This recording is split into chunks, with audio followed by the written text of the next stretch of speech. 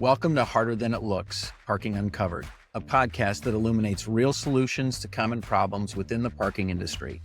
I'm your host, Brian Wolff, CEO of Parker Technology, and in each episode, I'll introduce you to real parking pros that will bring their own tips, tricks, and best practices to manage what we all know is harder than it looks, parking a car. On the show today is Kevin Uhlenhaker, CEO and publisher of Parking Today Media. Kevin is an entrepreneur, advisor, mentor, and business coach whose achievements include 2 successful parking technology company exits and 1 company acquisition. My exposure to Kevin has revealed a hands-on leader with strong critical thinking skills, long-range vision, and customer focus, where Kevin has demonstrated repeatedly the ability to take new products from concept to full market implementation, all while excelling at building high-performing teams that foster high customer satisfaction and accelerated market growth. Today, Kevin is the CEO and publisher of Parking Today Media. As I mentioned, he's a business coach for other owners in the Austin area and has mentored and advised leaders of over 100 companies throughout his career. Today, the topics we'll touch on are, obviously, we'll get into Kevin's background a little bit. We'll talk about his acquisition of Parking Today Media, and most importantly, or maybe most interestingly, is what we can expect new and different at the upcoming PI 2025 conference. So, Kevin, welcome to Harder Than It Looks. Brian, thank you very much for having me. It's great to finally get you on the show. I think our timing is perfect, and it'll be an opportunity for you to, obviously give us a little bit about your background. We'll get into that with some questions and some thoughts, but I think everyone that's listening to this podcast or that will listen to this podcast is really interested to hear your thought process behind acquiring Parking Media and then the new bags of tricks that you've got coming up here for PI. I want to know, so I'm sure others want to know as well. So it should be a good show. We're gonna have fun here. So if you've listened to any of my podcasts and all those that have, one of the conventions that I like to do is I like to hand you the mic, tell you can go back as far as you want to go by way of, sort of getting your background and just tell us about your story. Tell us the Kevin Uhlenhaker story. And of course, what it will do is it'll get us up to present day where you are today. And then we can dive into some other questions that I have for you around that. So the mic is yours. Kevin, tell us the Kevin Uhlenhaker story. So it's a long and swords story, for sure. Really, it's a parking story. I mean, it's depending on how far you want to go back, but I mean, really grew up in a relatively small, not too small town on the coast of Corpus Christi, Texas. Both kind of blue collar parents. I kind of grew up in a blue collar house, which really is that kind of, growing up working. Dad worked in a refinery for 20 years, a power plant for 20 years. And so really kind of got to see that, you get up, you work, and that, those unspoken heroes are the things that we can't really take for granted, on their on-a-daily basis, and then what they go through. Honestly, one of my earliest memories is being, kindergarten. My mom telling me to go to school because I was up on the roof helping my dad and my grandfather re-roof the house. My mom's like, "You got to go to school." I'm like, "No, I'd rather roof them." And both my dad and grandfather were like, "No, get off the roof, go to school. Like, you got to go to school." So yeah, that kind of the background that I kind of come from. Got into parking early on. I was actually going to school at Texas Tech University. Had a not too traditional path. Actually got up there for speech and debate, and then it had a less than optimal academic year and actually got kicked off the speech and debate team because my grades were too low. So needed to find a job. And then back, when jobs were on bulletin boards, literally went to the kind of school student worker bulletin boards and saw one there for they wanted a web developer, part-time student worker, web developer making, I didn't want to think about how little I was making. Went in and applied, got an interview with the manager, with a guy named Eric Crouch. And he hired me on the spot, for better or for worse. And from that point forward, I've been in the parking industry. So I worked there with him, and he gave me a lot of kind of latitude to work and grow. I got to see kind of the inner workings of a university parking office from the inside. After I graduated, went to work for T2, started off there as a developer. And actually, I think I'm one of the few people on earth who actually, if they're for good, better or for worse, actually have worked on what was called Power Park. And then also was on the team that actually helped build Flex. Kind of it will age me for people who understand how old that product is. But then kind of worked my way up through doing support teams, worked on their parks program, left there, went to a company called ParkingSoft, was there at ParkingSoft for a year. And then after ParkingSoft, ironically enough, Eric and then the person who replaced me and then one more person there reached back out and said, hey, we've built something here at Texas Tech. Would you be interested in being a part of it? So joined up with them, and the four of us co-founded New Park. And New Park was a LPR based system for universities and cities. Really one of the first that were, as far as we know, the first really built around digital permits and electronic enforcement and ticket lists is called now. And so a lot of the things that companies are touting now is out of their brand new invention. I always have to laugh a little bit because we had that back in 2013, 2014 or before, in production and working. And so we had that company for 5 years, sold it to Passport, left Passport relatively soon after the acquisition, did some consulting work afterwards, got connected up with the owners of a company called Omnipark. Omnipark asked me to come on, came on as CEO, ran that company until we sold it to Flash. Then I was at Flash for 2 years, left Flash, and then was doing consulting work and coaching work, and then had a crazy idea to buy a parking magazine, or media company. And that kind of takes us back to current days. Of course, we can get more about the why and the how there. But yeah, that's my parking journey as in the last hour. What a great story. So I love that. Thank you. So all roads lead to anybody who's been in parking for, let's call it 15 years. All roads lead to a bulletin board with a job that looked interesting. You went for a web developer, and did you know that it was a parking job? I did. Yeah. It said it was for the parking department. And I walked in actually worried because I'd gotten parking tickets, and I was like, I don't know if they're going to hire me. I got a few parking tickets. And he's like, we all do. Don't worry about it. Bye. Yeah. Well, you got parking tickets. The question is, did you pay the parking tickets? That's the most important question.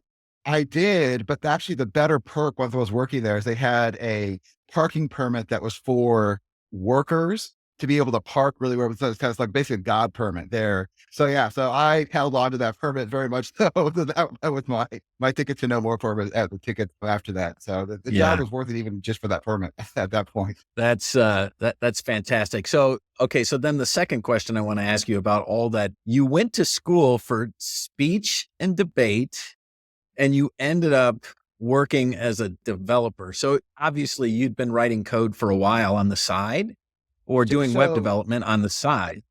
So great question. So I actually was going to school for computer science. So I'd started doing speech and debate I wanted to do it in high school, but it never worked out because I was one of those marching band kids. And so they always conflicted. And so then first year of college, they had one of the speech classes you have to take. And so the teacher's like, hey, we're starting a speech team. If anyone's interested in joining. And so I went and signed up and was terrible. Right. I was bad, like really, really bad for a long time. Did that for 2 years there, kind of was to get my associate's degree. And then, like I said, I actually picked Texas Tech because of the style of the debate they had while I was getting my computer science degree. Ironically enough, that first semester at Tech was so bad, they didn't ask me to leave the computer science program, but I was encouraged to. So that's actually when I switched over to business and got my MIS degree. So yeah, I'd been doing coding on the side. And so I had that kind of background. I'd been doing coding stuff. So yeah, I've had that background, but then ended up with a business degree by the time I was down after my less than optimal semester there. I'm going to Tech. Okay. So you have, ironically, I said the same thing to Mike Simmons when we did our podcast a couple of weeks ago. You have that rare combination of a technical acumen along with the ability to interface with client-facing experiences or with people. Like you're affable and engaged in all of those things. And for me, my experience with engineers in general is that they probably many times are better off in the back office versus the front office. But if you've got an engineering mind with a business and a customer-facing acumen, the words are not coming to me right now in description, but you can do both. It's a killer combination. So congratulations. I got lucky, Brian, really, because that first job there at Tech, I spent a lot of time with, because I was doing tech support as well. I mean, I did a little bit in the website, and when I say website, it literally was static websites using as the program called Dreamweaver to put it up, not dynamic, no e-commerce, none of that stuff. So a lot of my time also was spent doing tech support. So I spent a lot of time with those front end cashiers, with people out in the field. So I really cut my teeth being with the people who are using it. I really feel very blessed. And frankly, also we're working there for Mike there at T2. I spent a lot of time with customers. I ended up being that person they'd send out to, go figure out problems. And so as I look back, I think there's one of those kind of transformative times where you don't realize it's really good for you because it sucks a lot while you're there, but it really taught me a whole lot about how, customers and their day-to-day life. And I think that's really one of the things we really did a lot at New Park, and we really did at Park Today. It's this idea of really understanding the kind of the quiet work that gets done by people in the parking industry and how kind of vital that is. And I've said this before, but when they do their best job, they hear nothing. When they do an okay Yes. job, or maybe not even a poor job, or what people perceive as a poor job, they get everything up to death threats. So for them being able to have these unspoken heroes doing that kind of hard blind work and getting to see that firsthand really, I think, gave me a level of understanding beyond what I would have if I'd just been selling to them or coding or those sorts of things. I'm very thankful for that time. Yeah, no doubt. The unsung heroes of parking are those that do their jobs thanklessly to provide a seamless and non-event, bit like the airlines too, right? We never say thank you for a flight being on time and running smoothly and all of those things. So that's great. All right, well, let's turn our attention to, a couple of the things that you said and sort of what you've learned along the way. So as an entrepreneur, now that you look back, you've been in charge or run a couple of different companies, you've sold them. What lessons have you learned around leadership, and what lessons have you learned around running a company that if you could tell your 25 or 30-year-old self to do earlier, what would those things be? My If I could tell my 25-year-old self, I'd tell him to buy Apple stock and Tesla when it was low is what I'd tell myself. But yeah, from a leadership perspective, I really have learned the value of a really good team, and really kind of how I really believe it all starts with people. I think a lot of times, especially these days, we get really focused on the technology and or the process, and we think that can Yes. solve for it. And in my mind, it really kind of like people come first. And I think if you can find those good people, if you can empower them, you can encourage them, and make it be a place where the work they're doing is important and it's a place they actually want to be. I think you'll end up with a thing that's greater than some of its parts. That really was one of the things, because when we sold New Park and I left, I had this whole idea of like, I even tell myself, I'm never doing employees again. Like it's just too much and it's a hassle and things happen, you grow a big team. But then really what I realized I missed was that kind of magical moment when you get that right group of people together and working with each other. And what comes out of that is so much more than what any one of them could have done, certainly much more than what I could have done. And so to me, that is that kind of magical thing about having this, having a team, and from a leadership perspective, being able to put that team together and being willing to be the person who makes the hard decisions and takes on those kind of hard tasks to make sure that they are equipped and given that environment where they can do their best work. And also, if it's the hard thing, if they're not the right person for the group or not able to do the work, being able to pull them out of that group, especially as we're dealing with people and humans. And that's some of the hard thing about being a leader, but being willing to do that as well. Because, yeah, I think that's sometimes the harder thing that leaders have a hard time doing, is they hold on to people that just aren't the right fit for the team or the right fit for the team at that moment. And so that it negatively impacts Yes. everyone down the line. Yep. So I'm going to lead the witness just a little bit, just to give you an inkling for where I'm headed with the question. But, one of the things that I have found to be very powerful is to collectively build with my leaders our core values.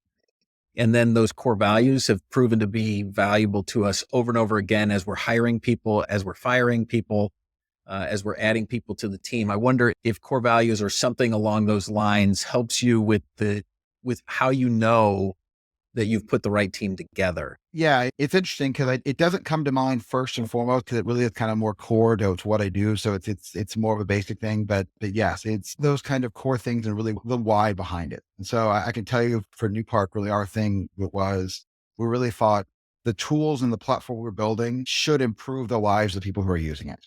And then that should allow them to improve the lives of their parkers. And so really we kind of saw it as our way of kind of making the world a slightly better place through parking. And so we looked at things that lens of, do we have the right people on the team to be able to do that? Are we making decisions that actually allows us to do that with the most customers? I mean, we had a decision about partway through, as we had the opportunity to bid on a large West Coast city. All right, I won't mention the name. We're in early discussions. We had all the technical abilities, in fact, more so than what they were looking for. But as we looked into it and the requirements they wanted from us, we realized that one customer could have been very lucrative, but it also had a whole lot of downside risk and would have sucked up all of our resources for where we were at. So we really looked at it as, would we rather have one customer that we care of or have 20 that we're doing it? We really made the decision of no, like 20 really gets us further along for those kind of goals and that mission that we have set in place there for the team. So to your point, and kind of using those missions and kind of those values there to make the decision. I also, and this is just me and kind of what I found is companies that talk about it, even more so than talking about it, they live it. And I think from a leader perspective, the team should see what you're doing and see from your actions what those values are, even more so than having them painted up on a wall. I mean, every company that I've seen that paints the values up on the walls, those are not, they have to keep reminding their employees of the values because they typically don't see them in the leadership, right? And they're like, they don't know that, or even when they have to have like values like, we're honest. Who, who thought you that? Like that tells me you think people aren't, but you have to remind me that I need to be, right? So I think there's some of those as well in terms of how that's just kind of my approach of, how we do that. Of like, it should be baked into our actions even more so. And not that you don't define it and you make it clear so people know what they are, but I think to me, living it is much more important than, getting it painted up on the wall. Yeah, I like that. So setting an example and then finding a strong why. That's what I heard. So that's really good.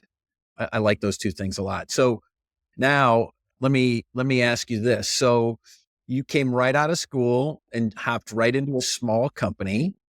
So tell us about that entrepreneurial itch that you had, because you could have gone and worked for, Intel, or you had Ross Perot right down the road there in Texas, but you chose to go small and entrepreneurial versus big. Tell us about that. What was the spark of that, and where'd that come from?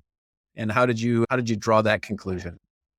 I mean, coming out of school, to be real honest with you, it was T2 offered me a job before I'd even graduated. We'd actually found, when Blake was actually when Chris Uddle, who was my manager, had found me, Blake was her boss, and Blake. But I'd been doing some development work there at Tech and had built Tech's e-commerce platform. And ironically enough, I'd actually found a couple bugs in T2 software that I'd shared back with T2. And Blake made the joke later on that he either was going to have to sue me or hire me. So he decided to hire me. I'd been doing that and after progression, it was, a job before I'd even graduate school. So to me, it made a lot of sense. And I really enjoyed what we're doing on the parking side. I didn't, as I say, very few people go into it thinking they're going to be doing parking, but it was the job that was there. It made sense. And one year led two, and the T2 team gave me a lot of opportunities to grow and change. And I think almost 10 years, I had probably 5 different positions while I was there. That small team, and to your point, like when I came on, T2 was, I don't even think they'd reached 20 maybe. I mean, they were still small from a, company size perspective. So I didn't think of it as having entrepreneurial opportunities. I just thought of it as, where do I get to go do cool stuff? And that team was set up, and my kid had done a good job with his culture of letting their team go and build things. And I mean, frankly, I still remember today. It was came on board, Chris, and she was a fantastic, even better now as I look back, a fantastic boss. She gave me my first project was integrating back with Permit Direct. I'm back in the old Permit Direct days there with WWL. And she said, no one's been able to figure this out yet. So we figured we'd give it to you. And I was like, oh, good. So that's fantastic. That's my first one. So we ended up figuring it out. But to me, it was also that trust and like, hey, go, let's see what you can figure out. And so I think to me, those opportunities, then learned a whole lot from that organization. And I like solving problems. And as we grew through those problems, then I just had opportunities. And I've always looked at the world kind of problem solving eye. So that I think it many times leads to like, hey, this could be a great idea. And I still have, I find like I had a bunch of app ideas and a bunch of other things that, never quite got off the ground. So when we got to that time for New Park, it was great, kind of connection of both opportunity and kind of an interest and timing wasn't what I. Yeah. So a couple of things I want to tug on my ear on, and all the kids listening to this podcast, so all the young professionals, I try and tell them all the time, at least my kids, you do not have to have it all figured out in your 20s. You can actually go find a job where you get to do really cool things and just do a great job and let wind and water take you along your path. And so, you're like, I wasn't really thinking about it that way. I was just thinking about being able to go do a really cool job. And that led to a career. And so all of the 20 somethings, or maybe even the 30 somethings who are anguishing over the fact that they don't have the perfect plan. You don't need a perfect plan. Just go do a good job, and good people will pull you along. So I love that a lot. Yeah, That's great. it's, I've learned myself that there is there's the plan you think you have, and then there's what ends up happening with life. And I think a lot of it is a willingness to lean into those things. And I think that was one of the things that beyond the fact I was given opportunities, I also took those opportunities to try things and to fail. And, kind of circling back a little bit to you're talking about kind of values in the company, the willingness to try and fail is big. And that's one of the things that I tell all my team members is if you're making mistakes, you're not trying. If you're not trying, you're not growing. And if you're not growing, we're not growing as an organization. And if we're not growing, we're dying. Yeah. So like, and I was Yeah. always like to say, it's not stupid ones, repeat, like don't do it multiple times, but like we expect you to learn and try and fail. And that's, and how do we create a team? And I've worked really hard to create a team where that's a safe place to do that. And that's, especially in today's day and age, failure is not a positive thing, but I think in so many times we both learn more from those failures, but also that's where the actual big moves forward, because it means you're actually trying different things opposed to just being in that same process or same scenario that you've been in. Yeah. Okay. So speaking of trying things, Yeah. let's talk about your recent acquisition of Parking Today Media. So how did you get there? Go back and tell us as much of the story as you can, because you had left Flash. And so you were in this consulting phase, and you woke up one day and you saw Parking Today magazine and you're like, John Van Horn is probably going to need to think about doing something sometime. He literally can't live forever. God bless John. I hope he does live forever. But, the cold hard reality is that death and taxes are, or he might want to just retire and actually enjoy, without burning it at both ends. So how did it all come together? Tell us as much as you can about how that whole thing came together. So I of course known John and the Parking Day team for years, be involved both the kind of spec of the group and, writing for him. Ironically, I wrote an article and a column for 3 years. Ironically enough, hated it. Absolutely. Every time I wrote it, it was like, I'm not a natural writer. I can talk forever. And that's my wife. She tells me to shut up all the time. But writing I'm dyslexic. That is not my skill, not my superpower. So had you told me even 2 years ago, like, hey, you're going to be owning Parking Day Media, I would be like, you're ridiculous. That's crazy talk. But I left Flash, got into business coaching. I really had this idea of getting out of parking. So this kind of was, I tried 3 times to get out of parking unsuccessfully.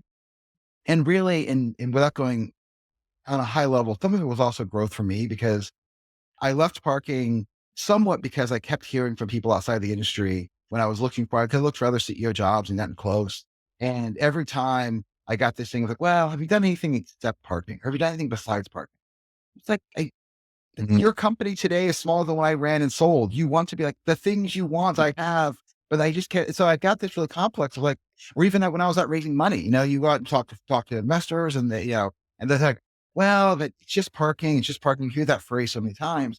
And it got to me, got to my psyche. And I thought, hey, I need to leave parking, and go find a real business. Right. And then as I started doing business coaching, doing business coaching, working with these other kind of other businesses, business owners, I began to realize that the thing that makes a really good business and business owner is their understanding of the nuance of their industry and that business. And to me, I found it comes down to nuance, even more so than execution, or, luck matters too, but the people who get the nuance, they have really successful businesses. And I also recognize the fact that some of that noise and feedback I was hearing was as much about me and kind of me needing to grow up with myself and kind of being like, no, look, this is something I can do, as much as it was about parking. So I kind of had this epiphany moment of like, oh, really good business owners understand the nuance. What do I understand the nuance about? It's the parking industry. Of course it is. Okay, then that makes sense. So it took kind of my own growth there.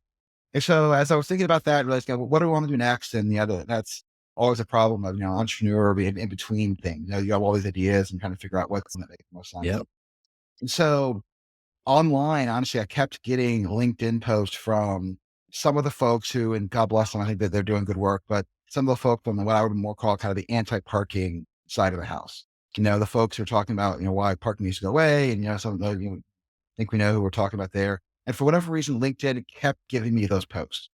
And I kept thinking like, you're not wrong on some level, but it's not true on a broader level. And these are good people. And someone needs to tell the good story of parking people, because they are doing that kind of unspoken work. And I just kept being like, someone needs to do that. It kept pissing me off. Like someone, I was like, oh, I'm gonna have to do that, aren't I? Okay. Nah, that's the hand of God. Yes. Yes. So, and so that's why I was like, okay, great. I need to do this. Let's start a company. And I was, wait a second, how would I do it? I was, wait, there's someone already doing this. what if I, let's see if John's interested. So reached out to John. I was like, hey, John, would you be interested in, ever selling parking today? And he goes, I'd be out for a conversation.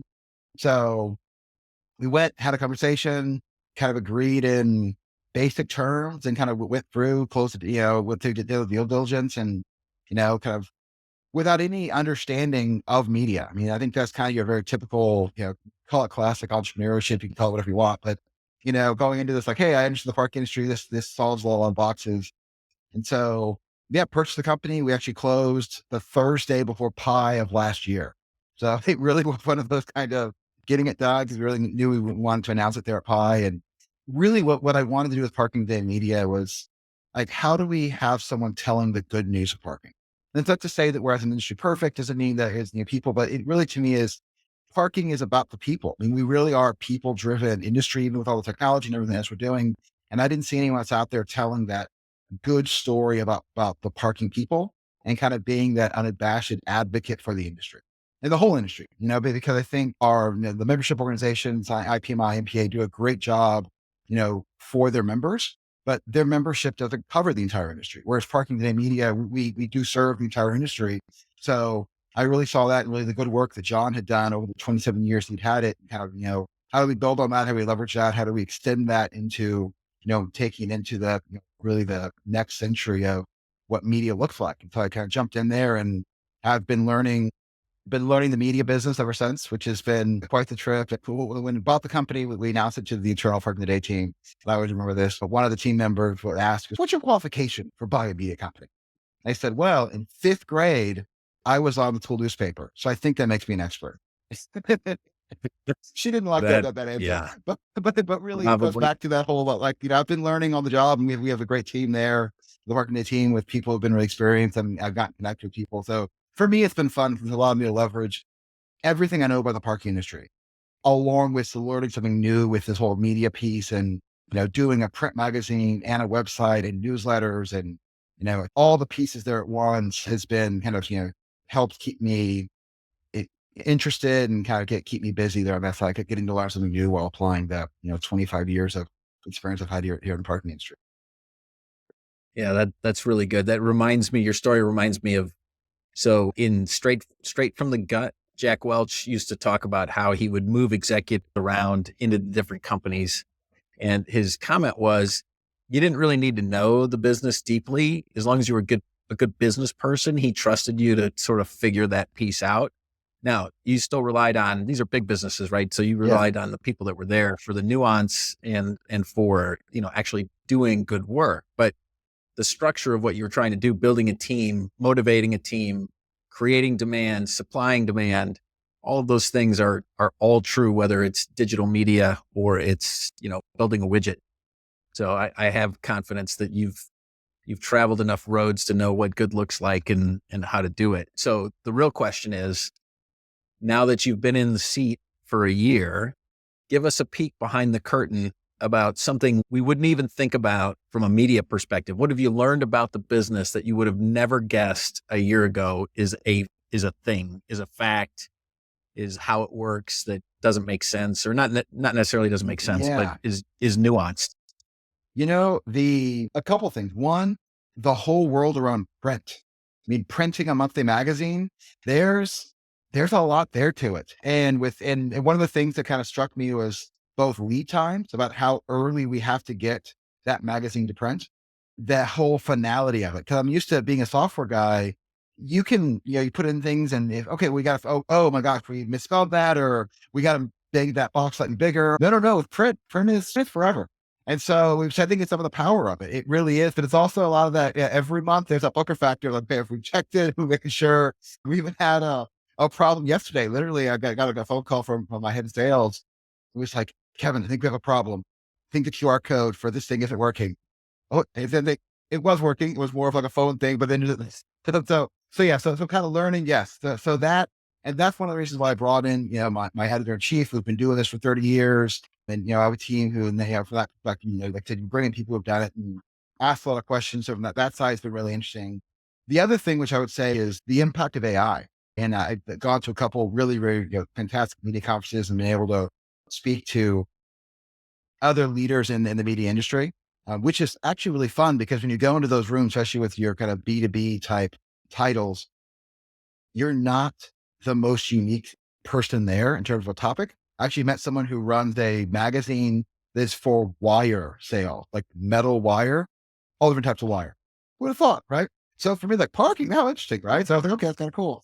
But he really was talking about how the evolution of media and really how AI has kind of opened up this opportunity for people who, you don't need a printing press. You don't have to print. You don't need the size of the Wall Street, or the New York Times web development staff to be able to have a media company. So he said from that perspective, it really does an existential threat to the existing media company, but also this opportunity for companies to be able to say, how do we adopt this technology, but still do the things that media and print does well? So to me, it's been like, you kind of check that box. You're like, okay, that makes sense, kind of how AI is coming in and, the ways you leverage it. And that is one of the reasons why they're at Pi, and we'll get into that in a second, but we are doing a whole track about AI, not because it's kind of the new hot and everyone's talking about it, but because it's a tool. And just like the way we use AI in the kind of media side, and there's different ways it gets used. I think the same thing is true in parking. It should be used as a tool in parking. It's not going to replace all the people in parking. It shouldn't. It's not designed to, but it's the sooner people adopt and are okay using that tool, the sooner they're able to kind of leverage those things that are coming. And if they choose not to use it and the same issues come up there, if there will be someone who is willing to use it, they will suffer the consequences of not changing. Not tomorrow, because parking runs slower, but it's still that inevitability is going to happen. Yeah, there is no question AI can help get you further faster. And those early adopters are going to be ahead, and those that are resisting are going to fall behind for sure. But they're also losing out on tremendous productivity gains, frankly, my experience. So Absolutely. that's really good. All right. That this is a perfect transition to the next question. And that is, okay, so AI is cutting edge. You're trying to drive, cutting edge topics into the conference, probably into the magazine itself. The question is, tell me about the balance between preserving sort of the legacy of parking today and moving it forward. Like what things will we recognize and what things won't we recognize when we get to Pi in March Sure. or in parking today in the magazine itself? In general, I mean, it's what we're keeping is the dedication to the industry and the dedication to parking. We are a parking focused media company. And there's a reason why we haven't added mobility to our name. There's a reason why we haven't, I always find it funny, to me, mobility literally is the opposite of parking. Like you can't do both park and be mobile. Like by definition, parking is the opposite of mobility. And I know they're related and interact. So, but I've always found that funny. I'm like, hey, we do both. Like, do you know? So no, we really are dedicated to parking people in the parking industry. You're going to see print stay. It's one of the questions I get a lot is, are you keeping the magazine? The answer is yes. I mean, we've made changes to it. We've updated it. We have a new editor, a new designer. So it has that kind of new look and feel, and it's going to evolve, but we're still going to be telling those great stories about parking and covering the industry as well as Parking Today has been doing the last 27 years. What we'll see us evolving at is you're really going to see us shift from a print focused organization to a digital focused organization, which doesn't mean the fact that, or sorry, maybe people call it print first organization and then digital first. Whereas before, this makes sense because, 27 years ago, web was relatively new. John was printing his first 6 issues there in the year. And so it was built around that cadence, that monthly cadence. And once the website came along, we put those monthly articles on the website. And then Park News came along, which is more of like, hey, kind of news aggregation, which even then was actually kind of ahead of the time there. But they were two separate things, right? And Park News was separate from Parking Today, and kind of they lived in their own website, right? And as they thought about it, the Pi Show also kind of was its own thing. And so this is amazing. Half the people I talk to, and this is not an exaggeration, do not know that Parking Today has owned Pi since the beginning. For now, this should be 25 years. 50% of people have no idea. Yeah, I would have thought they just thought John always came, and it was like they just never put it two together. And so one of the things that you're going to see from us is we're going to be a digital first organization, and so it doesn't mean print goes away. It just means from a channel perspective, we're really looking at we want to be all the different places that people consume content. So we want to be that place they go to consume parking content. So if you like magazines, great, read the magazine. And if you want to, on the website, use the website. You want to do podcasts, great, do podcasts. When you're getting the video, we have in person. So we really think of it as they're all different channels of content delivery across the ways that people consume that. And then also thinking about the type of content that's there, right? So things that are happening in real time, you're going to see that on the website or on the newsletters because they have the shortest shelf life. Whereas print, as I mentioned before, long lead times, it should stay a long while. So we really are focused on putting stories in there that last. So you really should be able to pick up a Parking Today from 3 months ago, and it's still good stories, still applicable to what you're reading. And so we really have looked at how do we put these stories on, how do we tell the stories? Maybe we can tell the same story of, hey, breaking news that comes across in Park News. Then we do a digital article about it. And then we do a longer story behind it that there goes in the magazine. So same story that got to cut across. And then we even do a presentation about it there with the people who are there at Pi. So we're really trying to kind of connect all those. And those are all things that John were doing before. It's just not, he's kind of using slightly different language to it. And then, adopting the newer tools that are out there, like podcast and video stuff and all those. Yeah, that makes perfect sense. Breaking news and then people stories, the long lead times. I certainly understand the long lead times as I'm writing my Pi article for Parking Today in January. I get it 100%. Jay, by the way, has done a great job of Thank you. Picking up and running. We have definitely appreciated his input and his enthusiasm for Parking Today. That's a good one. Jay's a good one. All right, so we've teased Pi. Tell us what we can expect. This is your opportunity to tease us enough to quadruple the number of people that go to Pi, because that's how many people listen to Harder Than It Looks. So let us have it. Fantastic. We really are building Pi to be a couple things. One, it's an all new show. So we really have built it from the ground up. Maybe that's good. Maybe that's bad. We'll find out. The people who go will tell me. Like I said, we are here to try things, and we'll learn from that, right? But really the approach we really to try to take is we want Pi to be the friendliest show in parking. We want it to be that place where you can go, you feel welcomed, we're doing a whole lot of networking. It really is very people focused. We are looking at doing content that we want to give people a wide breadth of different track types and then be able to kind of get content from that as well. So we've designed our kind of speaker or session tracks in a way that says, okay, what are the things that are important to talk about? And even more importantly, what are the things that aren't being talked about? Because like I said before, IPMI and NPA do a great job with their shows, but their shows are basically for their members and have a certain feel to them just based on the nature of those organizations. So we're trying to say, hey, we're the first national show of the year. So what's important that we should be talking about? What has been done before? So of course, talking about AI, we're going to be talking a lot about parking standards. And that's not to say that Parking Today will have a parking standard, but it's how do we help push standards forward in the industry? And how do we be that kind of safe third place to be like, hey, we can talk about it. And then as an organization, not only are we going to have multiple sessions talking about different types of parking standards, but then we're going to be writing about it, having the magazine, we're going to be pushing it there for our buyer's guide. So we're really making standards an important thing there in the industry. Once again, not our standards, but just kind of enabling and empowering people who are there write the standards to help move the industry forward. One of the really fun things we're doing anything called Parkflix.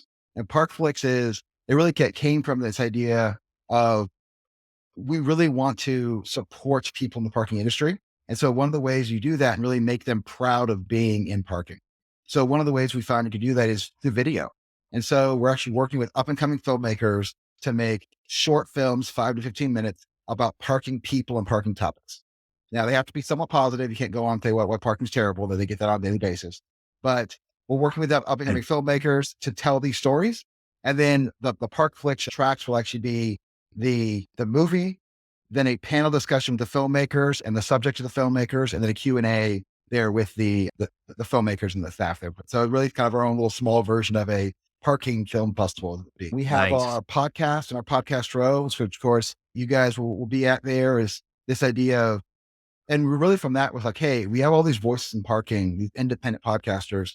Let's get them there. Let's actually have them be able to do a live recording of a podcast with someone who's, really interesting there that we can watch and have kind of a fun audience interaction, but then also have a booth there where people can go and interact with the podcaster they've been listening to, have their chances, if they're 5 minutes behind the mic and, they get that chance, they got to interact with people.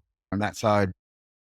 We have what we call data stories. So actually working with people who are telling stories that are data based. And so how do we tell these really interesting stories that are more kind of data focused?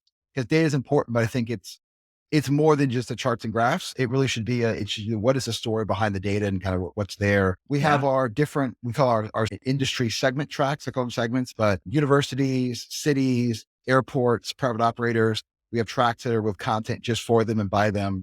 They're there and are a part of it. We have our Accelerate, which is our parking pitch competition. We actually did it for the first time last year.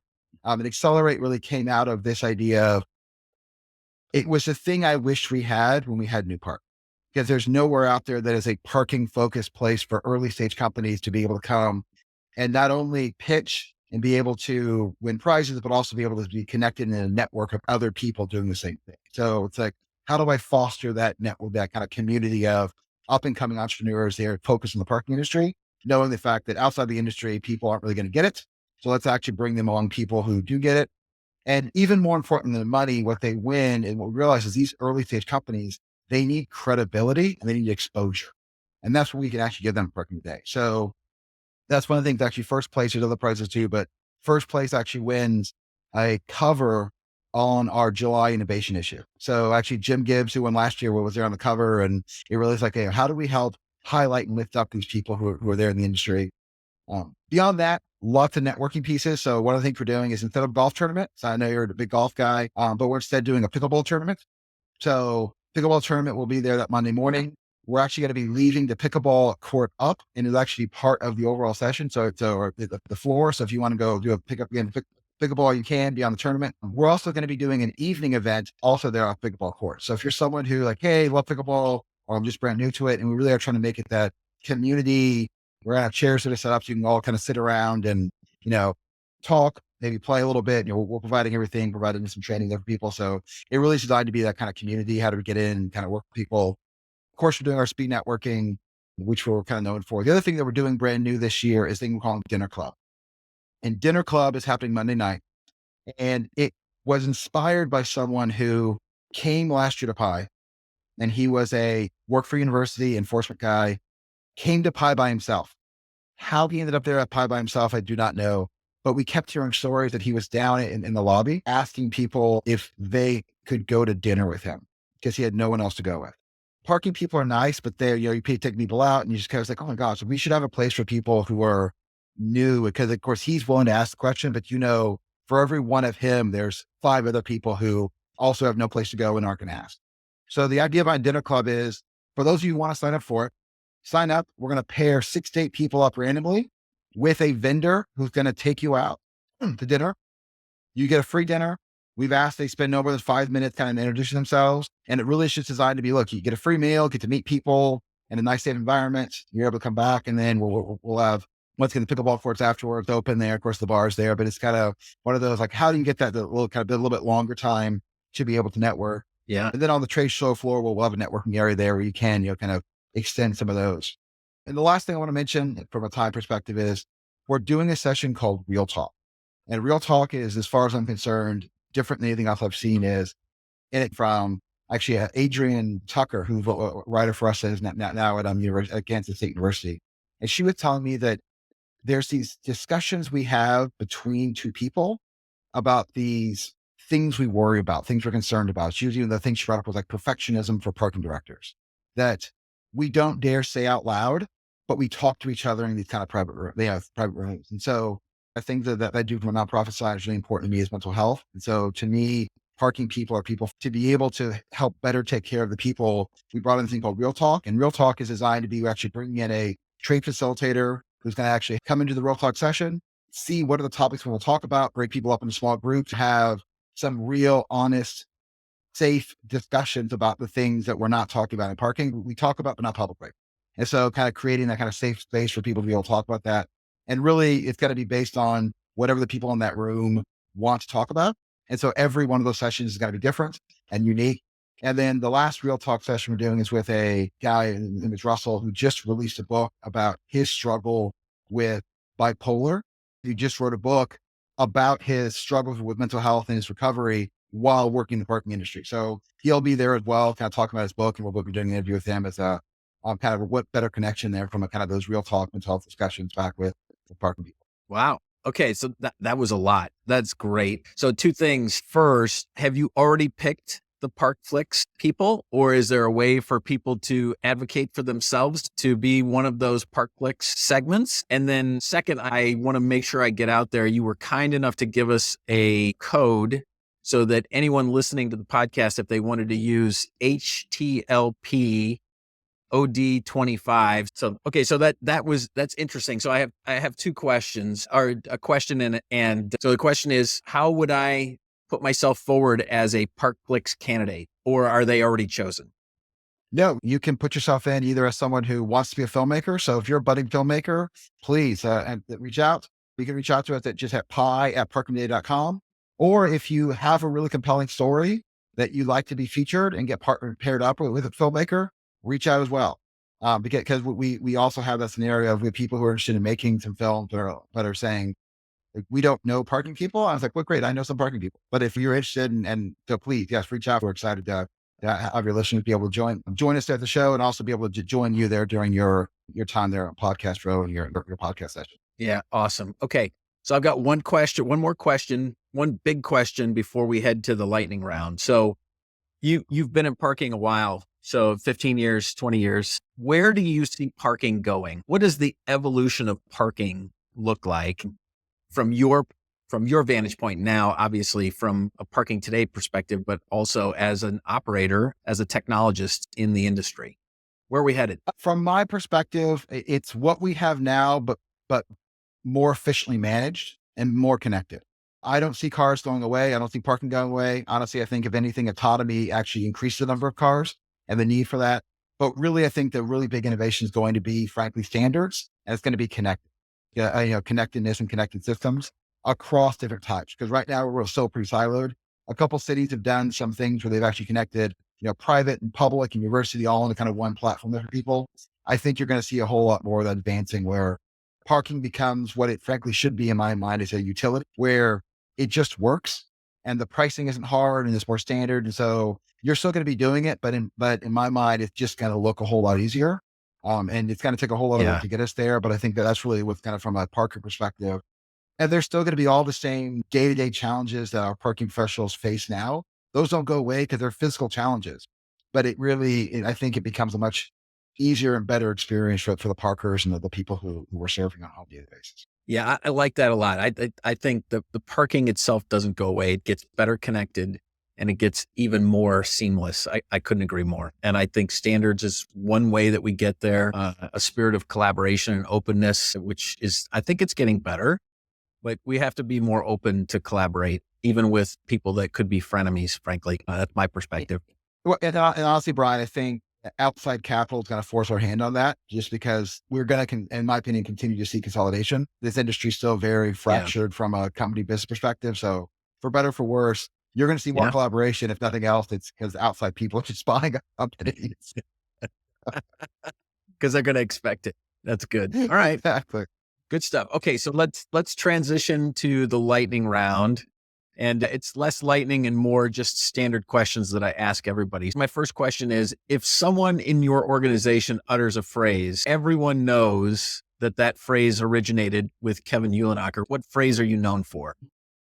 It's a good question. A phrase you probably, if people have heard me say, is talking about parking as deceptively complex. Yeah. Okay. Deceptively complex, which is, that's a good, I like that. That's a good one. So everybody knows in your organization, if you've said deceptively complex, that's a Kevin Uhlenhaker thing. Okay. All right. So second question, what's the hardest thing you've ever done in your life? Losing my mom. Yeah. So lost my mom to cancer 12 years ago now. And so, yeah, so actually being there when she passed. So yeah, no, that probably has been the hardest thing so far. Yeah. Okay. So you're going to make me cry. So I'm sorry for that. But my mom's passing anniversary was actually just yesterday. So Why? I'm living, it was 2 years ago for me, but so I have walked in your shoes and I'm sorry for that. That's a hard thing. All right. Uh, So what's the well, hardest part about your parking job now?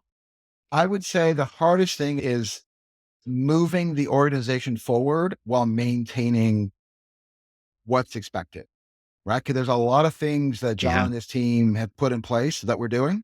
And so we have readers, we have people who expect that content and deserve it. So it's how do we do those things while still Yeah. doing new things with, frankly, a team that was smaller than I'd like to be. So, we really are in that of, every dollar counts. And so we have to make good decisions. So yeah, that really is the ongoing challenges. We have to continue providing the services we provide while growing there for the future where I know we need to get to provide the service in the future. Yeah. What a great answer. I bet that's absolutely true. There are people that are expecting you to deliver exactly what John delivered. And you're like, yeah, they're right. I kind of want to move the organization forward. So that great answer. I love that answer. Okay. So question number 4 is if you could wave a magic wand and fix anything in parking, what would it be? And this is going to sound interesting, but to me, it's greed. And not the kind of, hey, we're all capitalists, but I think many times the parking industry is like greed drives people beyond the point of where things make sense. And that's where people's experiences really get bad. So whether it's towing, whether it's tickets, whether it's fees, and yes, and parking doesn't work without enforcement. But I think many times you make that jump from, you make what should be a $5 mistake and very quickly it becomes an $80 mistake. And I'm not calling that greed because I know the economics behind it, but I think as an industry interface back with our customers, many times our actions, and not by all of us, it's just a very small select few. But one of the things I would tell people outside the industry is always ask them, tell me your worst parking experience. They can always tell me. And typically it's around getting a ticket, getting a late fee, getting a tow, or a boot, which of course we know there's a time and a place for that. And I tell them, like, it's okay, tell me your best experience. Many times they can't even think of one. But I think many times that line between people doing their jobs, which needs to happen, and the people who are pushed, and I'll call it paid reading and other things too. But I think that's where, we get a really bad rap as an industry. So if I could fix that, I would, because I think, everything would work a lot better. And as an industry, we would do better for ourselves. Yeah. Another great answer. I think you're right. Okay. So next, when you're not parking cars, what do you do for fun? I have 4 kids, man. So I am doing whatever they are up to. And what are they doing these days? Soccer, theater, baseball, football. What are your kids up to? So I do not have my children. They get this from me. Have no athletic ability at all. Like we're not doing any athletic things. So we have kids doing, as won't surprise you, we have a son doing debate, another son doing anything called youth and government. We do some academic competitions, active in church. I'm on a board of a nonprofit, a mental health nonprofit here in Austin. So we do that and do volunteering around that as well. Actually, it's NAMI Central Texas. Actually, their executive director has a column in a magazine as well. So yeah, so it's a lot of those sorts of things. Typically, it's around. My wife is actually the better speaker. She was a speech and debate coach back in her day. So our kids do not really get off very far from being able to do those sorts of kind of performance types of things. So yeah, that or whatever they're getting into at the time. Oh, Boy Scouts. Sorry. So yeah, Yeah. also that both the boys are in Scouts. You got Guns and Daughters and Eagle Scout, but both the sons getting close to being Eagle Scouts themselves. Yeah, we do a lot there with that Scout group. Oh, fantastic. That's great. Okay.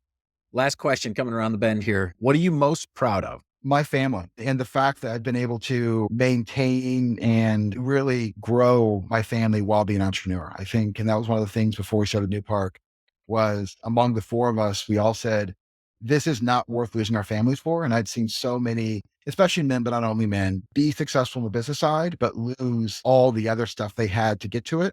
And so that was for me, one of the things I was very intentional about. And thank my wife, it's been there and it's kicked my ass when needed to be on. I reminded that, but to me, the fact that we've been doing this entrepreneurial thing now for over 10 years, and we still married, still happily married, have kids. Kids are doing great. So to me, that is the win, right? Because there's lots of ways of making money, but it's those kind of family connections that matter long term. Yeah, that's a great answer. You've got a lot to be proud of. So congratulations for that. Okay. I mean, I think, is there anything that I didn't ask you that I should have? Ooh. I mean, there's a laundry list, but I think probably for the length of your show, we're probably in good shape for the day. But we'll leave them one a little bit more if you can have me on again. We can talk about the more stuff. Okay. Yeah, let's do that. All right. Well, thank you for your time today. Thank you for breathing some different enthusiasm into Pi. I'm looking forward to what you've got in store for us. It sounds like a great lineup. It sounds like it's been well thought out. Thank you again for that. I'll mention again the discount code of HTLPod25. Again, 50% off a Pi ticket. And then, of course, we can keep up with Kevin in Parking Today and with the industry news at, is it parkingtoday.com? I don't even know. I clicked the link, so I don't even know what the URL is. Yep. It's Parkingtoday.com. Yep. Okay. That's great. Well, congratulations for that. Thank you again for your time, and we'll see you in March, if not sooner. Looking forward to it. Thanks, Brian. That's a wrap on this episode of Harder Than It Looks, Parking Uncovered, presented by Parker Technology. Please leave us a review if you liked what you heard. Make sure you tune in next month as we continue to uncover tips, tricks, and best practices to manage what we all know is harder than it looks, parking a car. Bye for now.